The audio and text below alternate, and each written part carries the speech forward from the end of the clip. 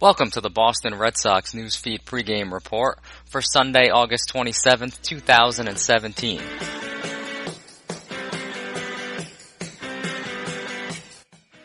This is Adam Blue reporting for CLNS, a leading online provider of audiovisual coverage for the Boston Red Sox.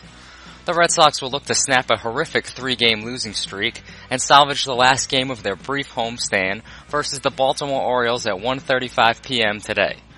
A three-game losing streak may not sound that bad, but when you consider how well the Sox were playing prior to it, they were 15-4 in August before Thursday night, and how gross the losses have been, they have allowed 36 runs on 48 hits and committed 7 errors, the word horrific may not be strong enough to describe it.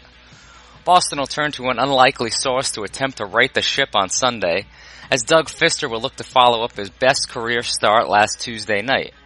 Fister, who will remove the ER and just have Fist on the back of his player's weekend jersey today, gave up a leadoff homer to Cleveland's Francisco Lindor, then tossed 9 no-hit innings in Boston's 9-1 victory.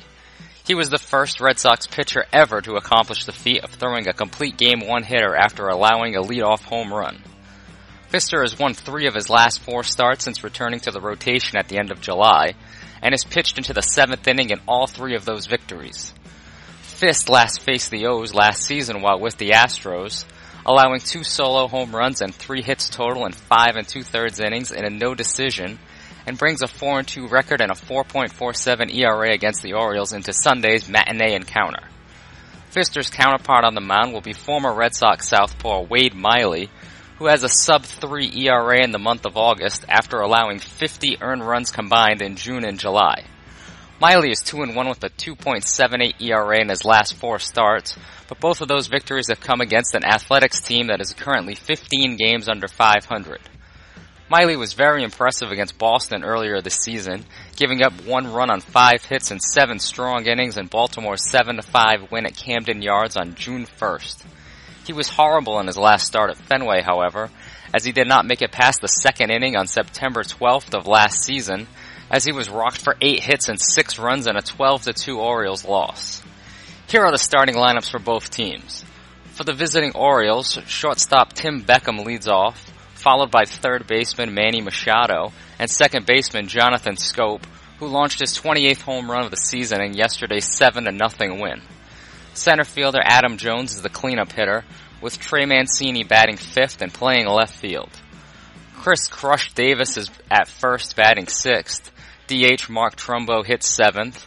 Beef Wellington Castillo is behind the plate hitting 8th. And right fielder Seth Smith, who has 2 career homers against Fister, rounds out the potent Baltimore order. For the Red Sox, Eduardo Nunez leads off and plays second base, with Andrew Benintendi in left and Mookie Betts in right, following him to lead off the bottom of the first.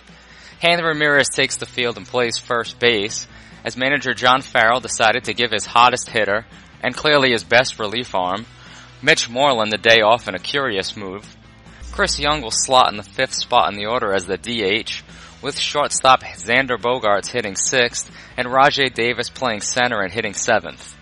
Third baseman Rafael Devers slides down the order to hit 8th, with Sandy Leon behind the plate hitting 9th. In some injury updates, Jackie Bradley Jr. has been making strides after spraining his left thumb Tuesday night and could return to the lineup soon after his 10-day DL stint ends.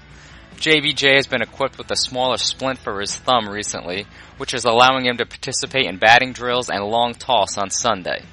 David Price is scheduled to throw long toss from 90 to 120 feet for the 3rd day in a row, and will mix in some off-speed pitches for the 2nd straight day prior to today's game. Price has been sidelined since the end of July with an elbow injury, and recently told Ken Rosenthal that his lower triceps flares up when he attempts breaking balls only. Carson Smith continued his strong rehab stint in Pawtucket last night, recording his 4th straight scoreless appearance while touching 92 miles an hour on his fastball.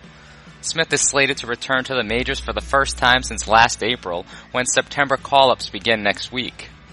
For those watching the broadcast on NESN today, you will finally get to see a familiar face, as sideline reporter Garen Austin is back after missing the entire second half of the season with a concussion that occurred when she fainted and fell on a plane. I can only speak for myself, but Garen was greatly missed by this fan. Welcome back, girl. And in some touching news to close out the pregame notes, Xander Bogaerts and Christian Vasquez sported t-shirts with a picture of 5-year-old heart transplant recipient Ari Schultz on them prior to yesterday's contest.